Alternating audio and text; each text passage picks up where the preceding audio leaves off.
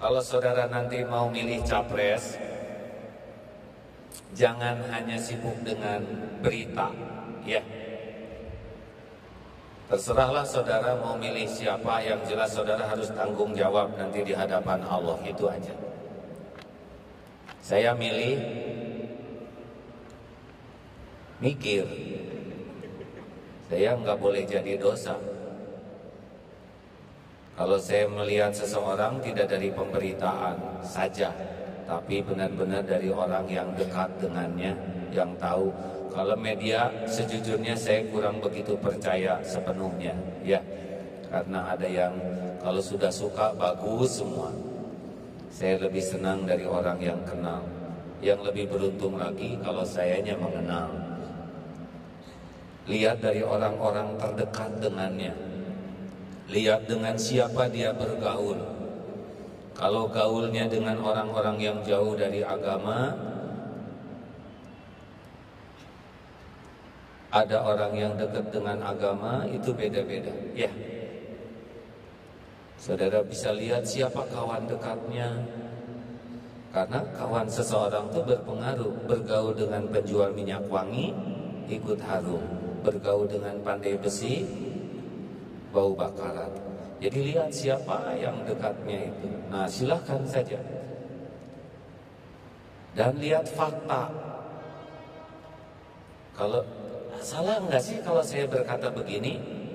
Barang siapa yang memilih nomor 1 berarti memilih Prabowo jadi presiden. Salah enggak sih?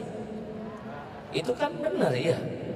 Berarti memilih Pak Hatta jadi wakil presiden. Benar nggak ini? Kalau ada yang nyebut nggak benar, awas ya. Berarti dia yang ngaco. Iya kan? Nyoblos nomor 1 artinya milih Pak Prabowo jadi presiden, artinya memilih Pak Hatta jadi wakil presiden. Ada arti lain. Artinya memilih Pak Jokowi nerusin jadi gubernur. Kan takdirnya sekarang itu, ya. Jadi sekali cos gitu teh, ada 3 rangkaian. Prabowo jadi pres, ini jadi cawapres, Pak Jokowi jadi gubernur ibu kota Indonesia. Kalau milih nomor 2, cos, berarti milih Pak Jokowi jadi presiden, benar? Berarti milih Pak Yusuf Kalla jadi wakil presiden, betul? Berarti memilih Pak Ahok, Pak Basuki jadi gubernur ibu kota Indonesia. Benar nggak sih omongan saya ini? Atau ada yang salah? Ya ini mah tinggal pikir-pikir saja. Udah begitu faktanya, ya. Nah, tinggal saudara pikirkan, saudara istiqoroh, saudara coblos, saudara siap-siap nanti ditanya di akhirat. Cuman itu saja, ya.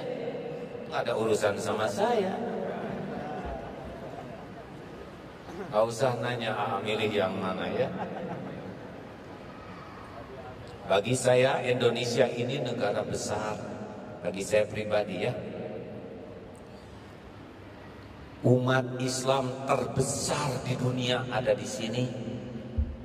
Kalau pemimpinnya lebih paham Islam, atau lingkungannya orang-orang yang paham Islam, bisa membantu masyarakat Islam kita lebih mengenal Islam dengan baik. Masyarakat rahmatan lil alamin. Dunia bisa melihat indahnya Islam di Indonesia kalau pemimpinnya punya komitmen untuk memajukan umat Islam supaya seislami mungkin, rahmatan lil alamin. Setuju? Kan Rasulullah ketika ditanya, "Ya Rasul, mengapa engkau diutus ke bumi?" "Innama bu'itstu liutammima makarimal akhlak." Sesungguhnya hamba diutus ke bumi hanyalah untuk menyempurnakan kemuliaan akhlak. Masyarakat Islami adalah masyarakat yang paling mulia akhlaknya.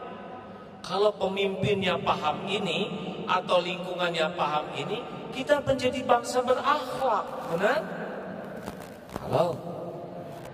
Tapi kalau pemimpinnya kurang paham Islam atau lingkungannya kurang paham atau kurang suka ke Islam, susah masyarakat Islam dapat lingkungan yang membuat kita sangat baik akhlaknya. Islam tidak jadi ancaman, Islam itu rahmatan lil alamin. Nah, makanya saya pengen pemimpin yang semangat gitu, sayang ke Islam tuh. Kita nggak akan zolim kepada yang minoritas, dan nggak ada dalam Islam pelajaran zolim, benar? Jangankan ke minoritas, kita mah ke binatang aja nggak boleh zolim, ke pohon aja nggak boleh zolim. Ya jadi gimana? Saya mah nggak akan ngomong, hadirin.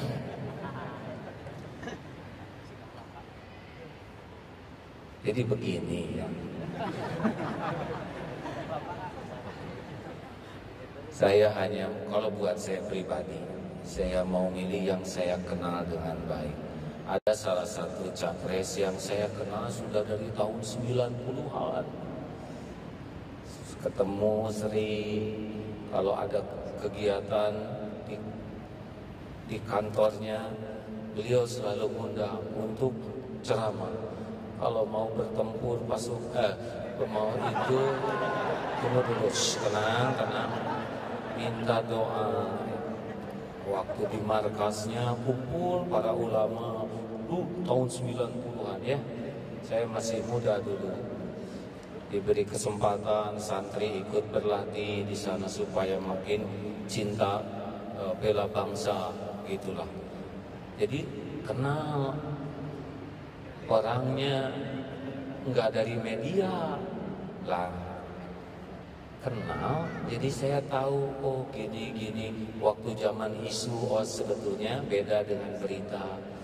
Lalu ketika sedang berada di sebuah tempat, justru sahabat saya itu kumpulnya juga dengan ulama ngebela.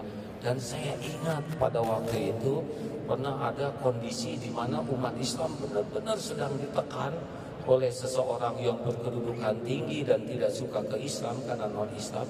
Ini sahabat saya ini berani lantang untuk menolak pendiskreditan umat Islam ini. Jadi saya melihat perjuangannya kepada umat Islam. Saya milih karena saya memahami. Kalau yang satu saya belum kenal, belum pernah ketemu, belum tahu apa, jadi saya nggak bisa milih. Saya takut nanti salah pilih gitu. Itu pengalaman saya pribadi. Dan satu hal lagi bagi saya ya hadirin, pemimpin itu bukan yang lagi ada di pohon di atas. Saya diajarin guru saya bahwa kelapa itu saripatinya itu keluar kalau sudah satu pernah dijatuhin dari atas. Udah jatuh, dijambak, digetok sampai belah kelapa kan gitu. Udah digetok, dicungkil, disisit, diparut, diperes. Barulah keluar saripati. Kalau masih bertengger di atas, kata guru saya, nggak keluar saripati kematangannya. Jadi saya nyari orang yang babak belur seperti itu. Bukan karena saya ngalamin babak belur ya, tetapi ya friend lah, begitulah. Saya diajarin guru saya begitu dulu, harus nyobain gimana, karena Rasulullah juga begitu. Ketika mulai risalah kenabian, wah kawan jadi lawan, puji jadi caci, sahabat jadi musuh. Wah, tapi lihat kalau sudah begitu bangkit, nah biasanya banyak ilmu dan pengalaman untuk mengatasi masalah. Saudara boleh beda pendapat, karena nanti kita di akhirat masing-masing, ya. Masing-masing, wartawan masing-masing. Wartawan mau lebih berat lagi ya.